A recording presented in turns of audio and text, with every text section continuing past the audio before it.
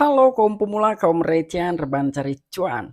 Oke, gue ucapkan banyak-banyak terima kasih kepada kalian yang selalu support channel ini. Dan yang baru mampir silahkan klik tombol subscribe terlebih dahulu. Dan jangan lupa juga diaktifkan notifikasi loncengnya supaya tidak ketinggalan dari updatean-updatean terbaru yang ada di channel ini.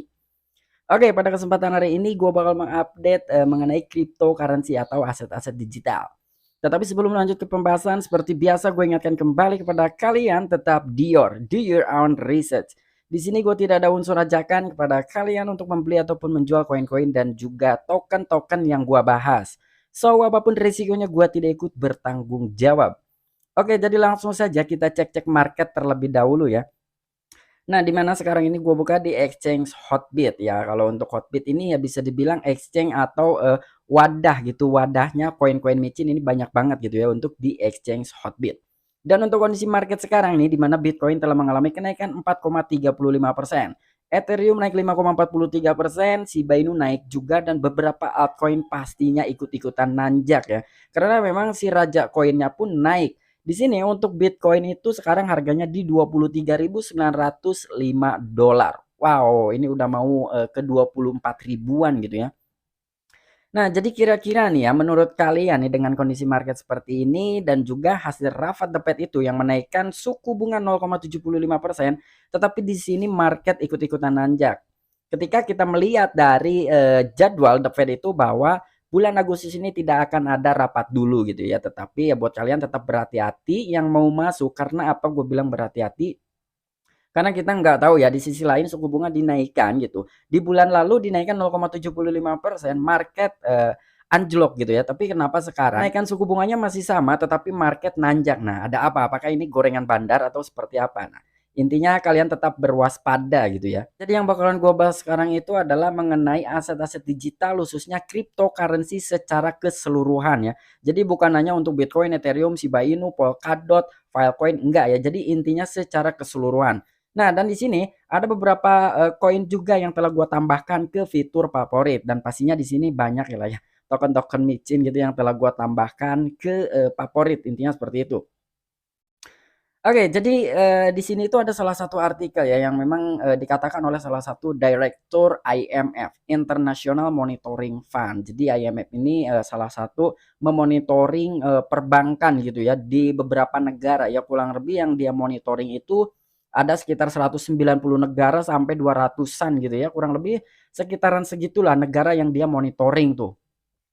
Dan di sini salah satu direktur mengatakan bahwasannya ketika memang Amerika Serikat mengalami resesi ya kemungkinan banyak sekali gitu cryptocurrency yang akan mengalami kegagalan atau kehancuran ya, kurang lebih seperti itu.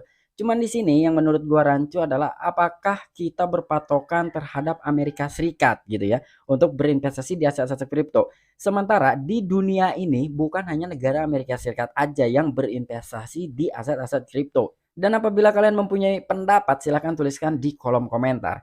Oke, jadi nggak perlu banyak basa-basi, langsung saja kita masuk ke sumber informasinya. Oke, dikutip oleh IMF, International Monitoring Fund, peringatkan lebih banyak cryptocurrency mungkin gagal. Nah, jadi IMF nih ya, jadi bukan IMF-nya sih sebetulnya, ini direkturnya, direktur dari IMF yang mengatakan bahwa kedepannya itu akan banyak cryptocurrency yang mengalami kegagalan. Wow, ini luar biasa ini ya, patut kita waspadai nih untuk aset-aset kripto. Tobias Adrian, Direktur Moneter dan Pasar Modal untuk Dana Moneter Internasional IMF, telah memperingatkan dalam sebuah wawancara baru-baru ini dengan Yahoo Keuangan bahwa industri cryptocurrency berpotensi menjadi lebih buruk. Adrian percaya bahwa lebih banyak proyek cryptocurrency bisa gagal di masa depan. Perlu dicatat bahwa krisis cryptocurrency saat ini sebagian besar dipicu oleh jatuhnya stablecoin algoritmik Terra USD atau UST yang membuat seluruh ekosistem turun. Nah, jadi di sini salah satu direktur IMF yang bernama Tobias Adrian. Jadi di dalam sebuah wawancara bersama Yahoo, Tobias Adrian ini telah memperingatkan nih, industri cryptocurrency ini berpotensi akan menjadi lebih buruk. Nah, kenapa gitu ya? Kok bisa-bisanya dia berbicara seperti demikian gitu ya, bahwa cryptocurrency akan menjadi lebih buruk. Alasannya seperti apa nih? Oke. Dan di sini Adrian pun sangat percaya sekali gitu ya bahwa akan lebih banyak lagi cryptocurrency yang gagal gitu atau bisa menjadi gagal di masa depan. Dan di sini ya untuk Adrian dia berpacuannya atau berpatokannya adalah terhadap stablecoin yang mengalami kehancuran terlebih dahulu. Dan untuk Terra USD ini bukan hal yang pertama kalinya cryptocurrency yang mengalami kehancuran, ya mungkin untuk sekelas stablecoin kali ya.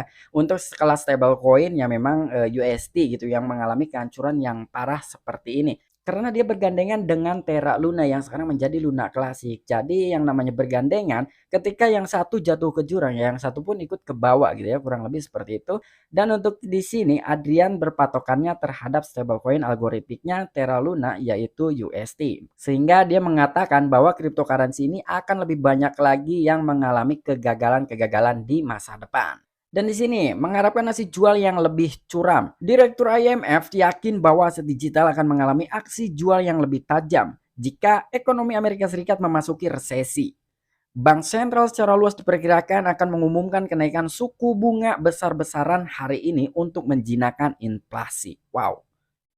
Nah, jadi di sini Direktur IMF dia telah yakin sekali gitu ya bahwasanya aset digital ini akan mengalami aksi jual secara besar-besaran atau bisa dibilang aksi jual yang lebih tajam gitu ya. Jika memang ekonomi Amerika Serikat ini mengalami resesi atau memasuki tahap resesi.